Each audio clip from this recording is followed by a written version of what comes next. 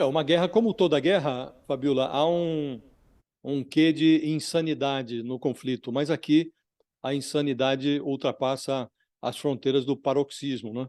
Então, nós estamos falando, Israel se jacta de ter realizado mais 300 ataques, nas 48 horas anteriores foram 600 ataques, e por trás desses ataques, e sob os escombros que são resultantes desses ataques, há mais de 10 mil mortos. Esses 10 mil mortos é que simbolizam a insanidade desse conflito, porque a grossa maioria deles é feita de gente inocente, gente que não tinha nada a ver com esse conflito, de parte a parte, gente que morreu no ataque sangrento do Hamas em território israelense, gente que morre agora numa resposta incompatível de Israel, uma resposta que teria que vir, mas ela não é compatível com o que se esperaria de um governo, de um Estado democrático, estabelecido, reconhecido internacionalmente. É uma resposta que desrespeita por completo as regras da guerra, o direito internacional. Então, nós estamos diante desse cenário marcado pela raiva e pela insanidade. E, contra esse pano de fundo, o Conselho de Segurança da ONU não conseguiu tomar nenhuma decisão. Reuniu-se pela 7ª vez para discutir a guerra e não conseguiu aprovar nenhuma resolução de teor humanitário. Tentou já 4 vezes, não conseguiu. Ontem discutiu-se de novo, talvez discutam hoje de novo. Hoje é o último dia da presidência rotativa do Brasil nesse Conselho de Segurança. E cabe um pouco analisar o papel que foi desempenhado pelo Brasil. Foi um papel muito adequado. A diplomacia brasileira fez um bom papel no Conselho de Segurança. Por acaso, caiu no colo da diplomacia brasileira, explodiu no colo da diplomacia brasileira essa guerra durante essa presidência rotativa do Brasil no Conselho de Segurança. E o Brasil, surpreendido pela guerra, até curiosamente, ironicamente, o Brasil tinha marcado um debate no Conselho de Segurança sobre a questão palestina, sobre a tese dos 2 estados, sobre a necessidade de reconhecimento do direito dos palestinos a um Estado autônomo. E esse debate foi atropelado pela guerra. Mas, como dizia, o Brasil teve um comportamento adequado, o único comportamento admissível na diplomacia num momento como esse.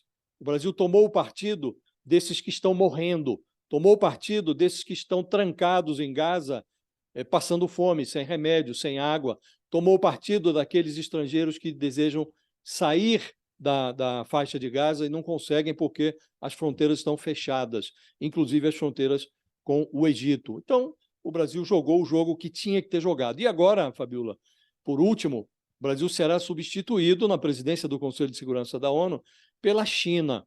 Será uma presidência inusitada, curiosa. Vai ser muito interessante ver o jogo que jogará a China no Conselho de Segurança da ONU. A China, numa resolução apresentada pelo Brasil, que chegou muito próximo da aprovação, aliás, foi aprovada pela maioria dos 15 membros do Conselho de Segurança, 12 votaram a favor de uma resolução do Brasil, a China se absteve.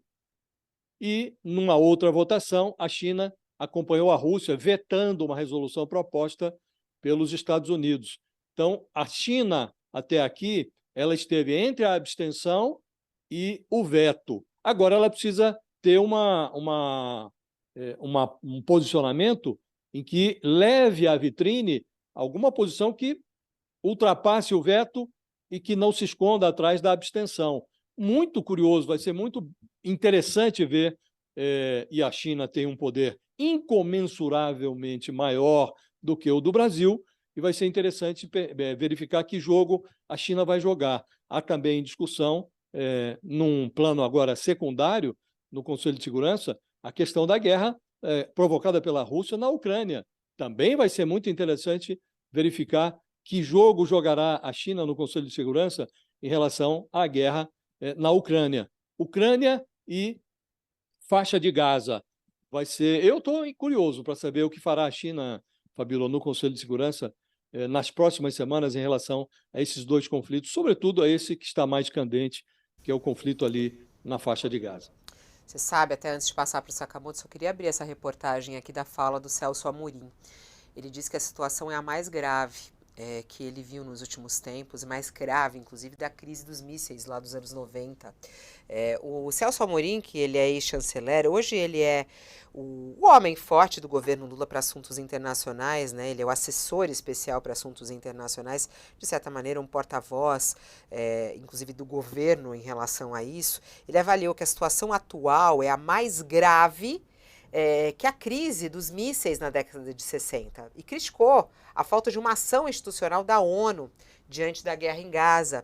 Ele diz, abre aspas, como podem as Nações Unidas estarem inertes em uma situação tão grave como a que nós estamos vivendo hoje? Fecha aspas, é o que diz Celso Amorim. Ele diz que ele pode falar um pouco, ele tem 82 anos de idade, quase 60 ligados à diplomacia, e diz ele que raramente viu uma situação tão grave quanto essa